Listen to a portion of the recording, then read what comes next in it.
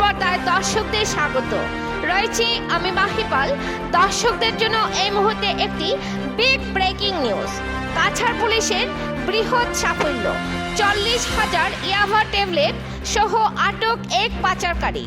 কাছাড় পুলিশের বৃহৎ সাফল্য, নেশা জাতীয় দ্রব্যের বিরুদ্ধে অভিযান চালিয়ে ধলাই থানার অন্তর্গত শিলচর আইজল রোডের রামপ্রসাদপুর এলাকায় একটি নম্বরবিহীন মারুতি গাড়িতে তল্লাশি চালিয়ে 40,000 ইয়াবা ট্যাবলেট এবং 260 গ্রাম হেরোইন জব্দ সহ রাকেশ সিংহ নামে এক পাচারকারীকে ও আটক করে পুলিশ।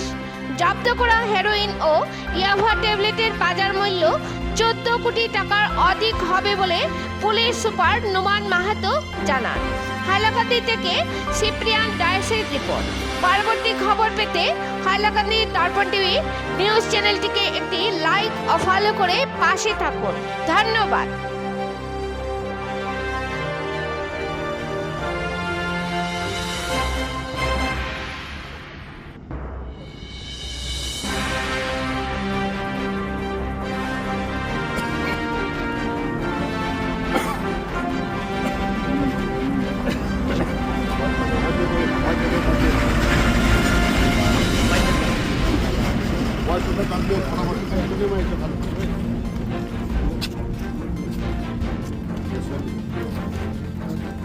John.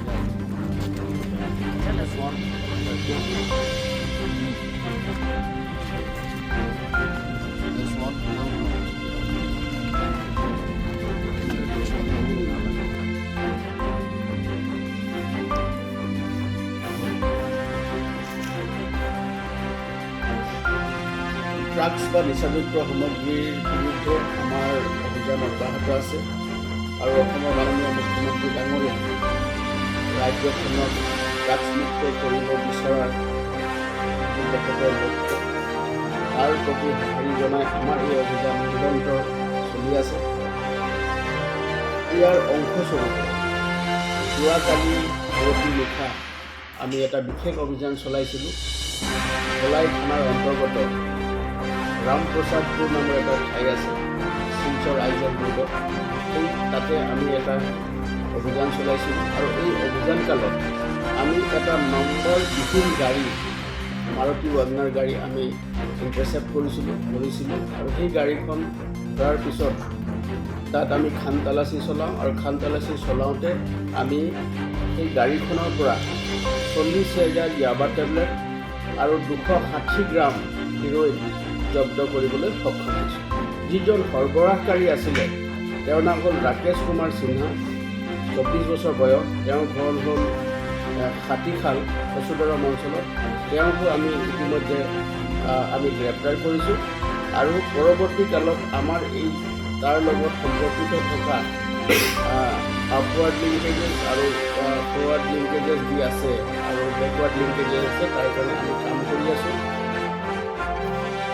প্ৰাৰম্ভিক তদন্তত দেখা গৈছে যে গোটেই সামগ্ৰীখিনি নিচাযুক্ত সামগ্ৰীখিনি চুবুৰীয়া ৰাজ্যৰ পৰা আমাৰ জিলাৰ মাধ্যমেদি বহি ৰাজ্যলৈ লৈ যোৱাৰ এটা বৃহৎ পৰিকল্পনা আছিলে আৰু সেইকাৰণে আমি যিটো অভিযান কালত গোটেই সামগ্ৰীখিনি আমি জব্দ কৰিবলৈ সক্ষম হ'লোঁ। আৰু যেতিয়া আমি এই অভিযানটো চলাইছিলোঁ তেতিয়া দেখা গৈছে যে বিশেষভাৱে নিৰ্মিত চেম্বাৰ, গাড়ীখনত বিশেষভাৱে নিৰ্মিত এটা চেম্বাৰত এই সামগ্ৰীখিনি লুকুৱাই আনিছিলে আৰু বহুবাৰ খান তালাচী চলোৱা গাড়ীখনত কাটাৰ পিছত আমি সেই সামগ্ৰীখিনি জব্দ কৰিবলৈ সক্ষম হ'লোঁ।